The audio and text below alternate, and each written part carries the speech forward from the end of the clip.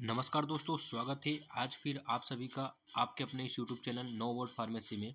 दोस्तों, आज हम फार्मास्यूटिकल इंडस्ट्री के एक ऐसे टॉपिक के बारे में डिस्कस करने वाले हैं जो फार्मास्यूटिकल इंडस्ट्री में बहुत चर्चा में रहता है। दोस्तों, वो टॉपिक है pharmaceutical validation. So one by one करके हम डेप्थ में डिस्कस करेंगे कि वैलिडेशन क्या है, इसका क्या रोल है फार्मास्यूटिकल इंडस्ट्री में और ये क्यों नेसेसरी है। सो फर्स्टली वी डिस्कस कि what is the pharmaceutical validation. Pharmaceutical industry में प्रोडक्ट क्वालिटी सिर्फ फाइनल टेस्टिंग से इंश्योर नहीं होती है दोस्तों। हमें ये डिमोस्ट्रेट करना होता है कि इक्विपमेंट, प्रोसेस और सिस्टम्स कंसिस्टेंटली एक्सपेक्टेड रिजल्ट्स दे रहे हैं। इसी डॉक्यूमेंटेड एविडेंस को ब्रॉडली में वैलिडेशन कहते हैं दोस्तों। सिंपल वर्ड्स में अगर हम समझें, सो वैलिडेशन का ऑब्जेक्टिव है कंसिस्टेंट परफॉर्मेंस, कंसिस्टेंट क्वालिटी और अल्टीमेटली पेशेंट सेफ्टी। मतलब प्रोसेस सिर्फ एक बैच में सक्सेसफुल नहीं होना चाहिए, बल्कि डिफाइंड कंडीशंस में कंसिस्टेंटली एक्सेप्टेबल रिजल्ट्स देना चाहिए दोस्तों। ये होता है वैलिडेशन। सो वैलिडेशन, आप सिंपल वर्ड्स में समझिए इसको कि वैलिडेशन का मेन मोटो जो है वो है कंसिस्टेंट परफॉर्मेंस, कंसिस्टेंट क्वालिटी और अल्टीमेटली पेशेंट सेफ्टी। ये तीनों चीज़ों को मिलाकर वैलिडेशन बनता है। इन तीनों का जो डॉक्यूमेंटेड एविडेंस रहता है that is called the validation.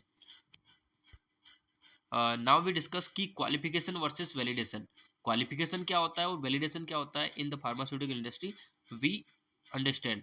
सो ये जो है ये एक इम्पोर्टेंट कंफ्यूजन होता है बहुत सारे फार्मा प्रोफेशनल्स में या फार्मेसी स्टूडेंट्स में कि क्वालिफिकेशन और वैलिडेशन में मेन डिफरेंस क्या है। सो जनरली दोस्तों, qualification generally equipment, facility, utility या सिस्टम को डिमोस्ट्रेट करता है कि जो भी आपका सिस्टम्स या इक्विपमेंट या यूटिलिटी है वो इंटेंडेड पर्पस के अकॉर्डिंग प्रॉपर्ली इंस्टॉल्ड और ऑपरेटिंग है। जस्ट एग्जांपल के लिए समझिए कि एक टेबलेट कंप्रेशन मशीन है, हम उसमें चेक करेंगे कि मशीन करेक्टली इंस्टॉल्ड हो चुकी है, पर्टिकुलर एरियाज में या लोकेशंस में स्पेसिफाइड ऑपरेटिंग रेंज में वर्क करती है और रिक्वायर्ड परफॉर्मेंस देती है। सो जो मशीन प्रॉपरली वर्क मतलब इंस्टॉल्ड हो चुकी है वो होता है उस क्वालिफिकेशन का इक्विपमेंट क्वालिफिकेशन वाला पार्ट, और उसका स्पेसिफाइड ऑपरेटिंग रेंज में वर्क कर रही है वो चेक करते हैं हम उसके ऑपरेशनल क्वालिफिकेशन में। देन वो जो मशीन है वो रिक्वायर्ड परफॉर्मेंस दे रही है which is in performance qualification. So ये होता है दोस्तों जनरली क्वालिफिकेशन। आप सिंपल वर्ड्स में याद रखिए कि क्वालिफिकेशन मीन्स यानी इक्विपमेंट और सिस्टम। क्वालिफिकेशन जो करते हैं हम किस इक्विपमेंट और सिस्टम का करते हैं, उसमें जनरली हम लोग डिमोस्ट्रेट करते हैं, चेक करते हैं कि कोई भी इक्विपमेंट प्रॉपरली इंस्टॉल्ड हो चुका है and working in specified work range along with required performance. Now we discuss की वैलिडेशन। सो वैलिडेशन का मेन फोकस होता है दोस्तों, वैलिडेशन का जो मेन फोकस है वो थोड़ा सा ब्रॉडर हो सकता है, स्पेशली प्रोसेस के कंसिस्टेंट परफॉर्मेंस पर। स्पेशली प्रोसेस के कंसिस्टेंट परफॉर्मेंस पर दोस्तों, जो आपका वैलिडेशन है वो जो है वो प्रोसेस को लेकर होता है, किसी सिस्टम को लेकर होता है। जो कंट्रोल्ड प्रोसेस, कंसिस्टेंट परफॉर्मेंस और क्वालिटी आउटपुट। सो दोनों को अगर हम सिंपल वर्ड्स में अंडरस्टैंडिंग करें, सो क्वालिफिकेशन मीन्स एन इक्विपमेंट और सिस्टम और वैलिडेशन मीन्स प्रोसेस का। सो दोनों का अल्टीमेट ऑब्जेक्टिव है रिलायबल और कंसिस्टेंट क्वालिटी दोस्तों। दोनों का जो ऑब्जेक्टिव है वो सेम ही है कि रिलायबल और कंसिस्टेंट क्वालिटी आपका इक्विपमेंट, सिस्टम या प्रोसेस हमें कंटिन्यूसली देता रहे। अभी हम बात करते हैं हमारे क्वालिफिकेशन लाइफ साइकिल के बारे में। सो दोस्तों, जो क्वालिफिकेशन लाइफ साइकिल है वो स्टार्ट होता है यूआरएस से। अभी यूआरएस क्या है, तो URS is a user requirement specification. User requirement specification ये डिफाइन करता है कि हमें किसी इक्विपमेंट, प्रोसेस या सिस्टम में क्या चाहिए, उसके अंदर हमें क्या चाहिए। जो जो चीज़ें हमें चाहिए होती है उस इक्विपमेंट, सिस्टम या परफॉर्मेंस आपका प्रोसेस में, हम क्लियरली एक यूज़र रिक्वायरमेंट जो है ये डॉक्यूमेंट होता है। इस डॉक्यूमेंट में हम क्लियरली मेंशन करते हैं कि आपका जो इक्विपमेंट है वो ऐसा होना चाहिए, उसकी जो मटेरियल ऑफ कंस्ट्रक्शन है वो SS316L ग्रेड की होनी चाहिए, या उसका जो रफनेस RA वैल्यू है वो लेस देन 0.4 होना चाहिए। ये सारी छोटी छोटी चीज़ें को हम लोग ब्रॉडली में यूजर रिक्वायरमेंट स्पेसिफिकेशन में अल्टीमेटली मेंशन करते हैं, और वो user requirement specification different cross functional department से अप्रूव होता है। अप्रूव होने के बाद हम जाते हैं नेक्स्ट स्टेप पर, वो यूआरएस हम शेयर करते हैं वेंडर के साथ। वेंडर उस यूआरएस को, यूजर रिक्वायरमेंट स्पेसिफिकेशन को थोरोली रिव्यू करता है, और उसकी जो इक्विपमेंट में वो डिजाइन बनाता है वो एज पर यूआरएस बनाता है। सो डिजाइन जो होता है आपका डीक्यू, वो होता है डिजाइन क्वालिफिकेशन। इस स्टेज पर वेरीफाई किया जाता है दोस्तों कि प्रपोज्ड डिजाइन यूजर रिक्वायरमेंट और इंटेंडेड पर्पस को मीट करे। अंडरस्टैंडिंग कीजिएगा दोस्तों कि हमारी इक्विपमेंट या प्रोसेस या सिस्टम की जो डिजाइन है वो सूटेबल है, जो यूजर रिक्वायरमेंट में हमने यूजर की जो रिक्वायरमेंट दी थी वो डिजाइन मीट कर रही है या नहीं, वही हम क्रॉस वेरीफाई करते हैं डिजाइन क्वालिफिकेशन में।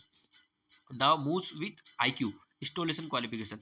इंस्टॉलेशन क्वालिफिकेशन में क्या होता है, यहाँ पे हम लोग वेरीफाई किया जाता है दोस्तों कि इक्विपमेंट अप्रूव्ड स्पेसिफिकेशन के अकॉर्डिंग करेक्टली इंस्टॉल्ड हो चुका है उसके पर्टिकुलर लोकेशंस पर, उसमें प्रॉपरली कंप्रेस्ड एयर या यूटिलिटी प्रॉपरली अवेलेबल है।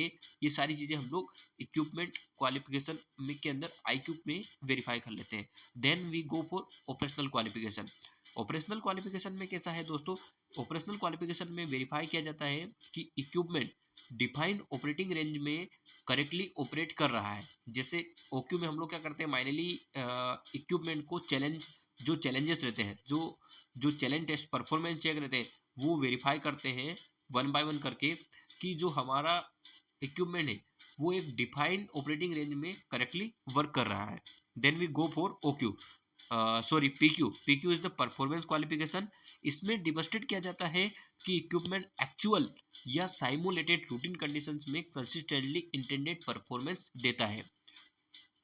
दोस्तों इसमें क्लियरली वेरीफाई होता है कि हमारा सिस्टम जो है वो कंसिस्टेंटली परफॉर्म करता है सेम पैरामीटर और सेम रेंजेस में, वही हम लोग उस PQ में वेरीफाई करते हैं। देन हम कुछ 3 पैचेस लेते हैं क्वालिफिकेशन की, फिर हम लोग मूव करते हैं प्रोसेस वैलिडेशन और क्लीनिंग वैलिडेशन की तरफ। दोस्तों फिर हम जाते हैं प्रोसेस वैलिडेशन और क्लीनिंग वैलिडेशन की तरफ। ये जो टॉपिक है आपका, हम बात कर रहे हैं अभी एक इम्पोर्टेंट एरियाज की, जो है प्रोसेस वैलिडेशन और क्लीनिंग वैलिडेशन।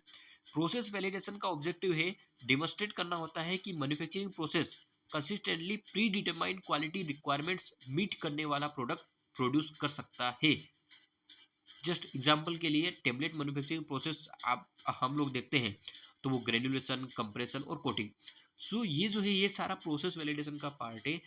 आफ्टर क्वालिफिकेशन हम लोग प्रोसेस को वैलिडेट करते हैं कि हमारा जो इक्विपमेंट है वो कंसिस्टेंटली वर्क कर रहा है properly.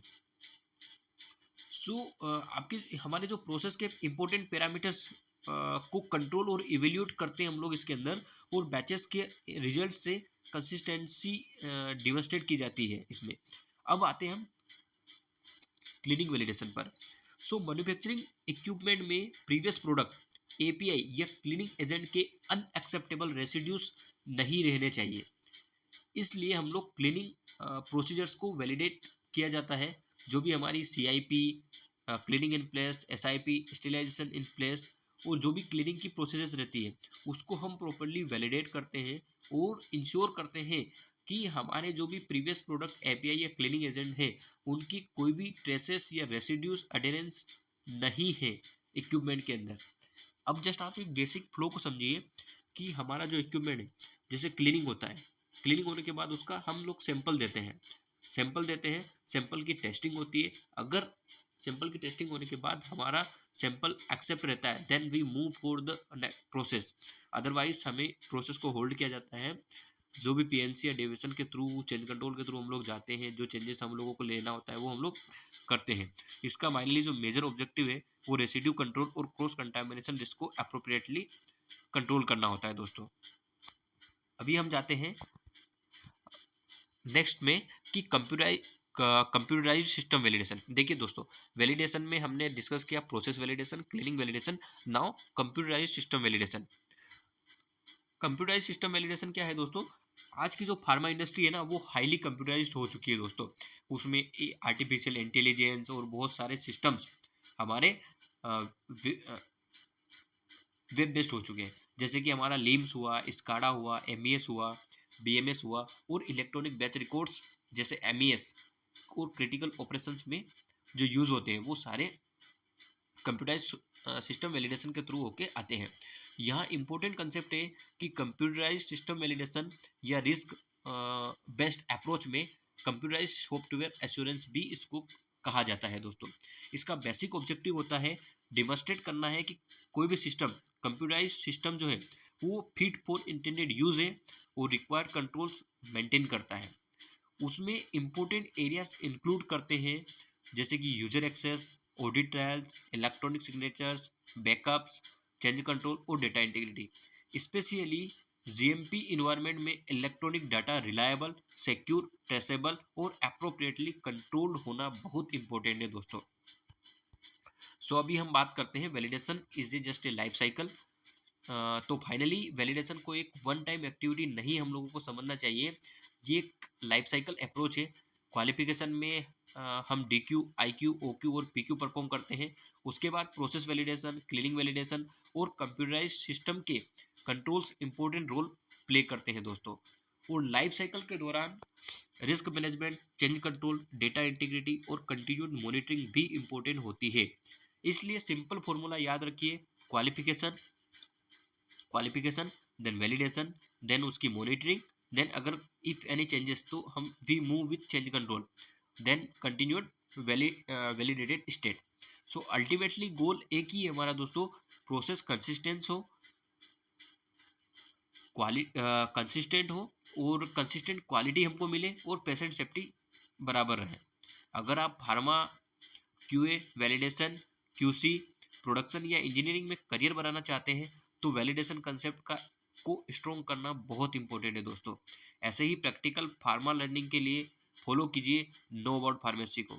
Thank you and please like, share and subscribe.